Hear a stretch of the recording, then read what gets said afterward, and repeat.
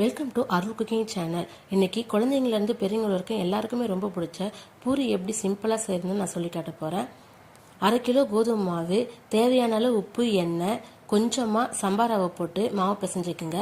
சப்பாத்திக்கு பிசைகிற மாதிரி ரொம்ப சாஃப்டாலாம் மாவை பிசைய வேணாம், நார்மலாகவே பிசைஞ்சிக்குங்க. மாவை நல்லா நீட்டாக ரோல் பண்ணி சின்ன சின்னதாக கத்தி வச்சு கட் பண்ணிக்கோங்க. பீடாக்கு ஏற்ற மாதிரி அந்த மாதிரி கட் பண்ணி நல்லா தட்டையாக்கி மாவை உருட்டும் போது நல்லா கரெக்டான ரவுண்ட் ஷேப் வரும். டிஃபன் மூடியெல்லாம் வச்சு அளவு எடுத்துக்க வேணாம். மாவை நல்லா உருட்டும் போதும் ரொம்ப தின்னாக உருட்ட வேணாம், நல்லா திக்காகவே உருட்டிக்கிங்க. எண்ணெயை வச்சு நல்லா எண்ணெய் ரொம்ப சூடாகிட்ட அப்புறமா சிம்மில் வச்சுட்டு நீங்கள் மாவு எடுத்து போடுங்க. கரண்டியில் ஒரு பக்கம் நல்லா லைட்டாக அழுத்தி கொடுங்க, அதே மாதிரி இன்னொரு பக்கமும் லைட்டாக அழுத்தம் கொடுங்க. நல்லா சூப்பரான உப்பலான பூரி ரெடி ஆகிடுச்சு. உருளைக்கிழங்கு மசாலாவுக்கு டேஸ்ட் சூப்பராக இருக்கும்.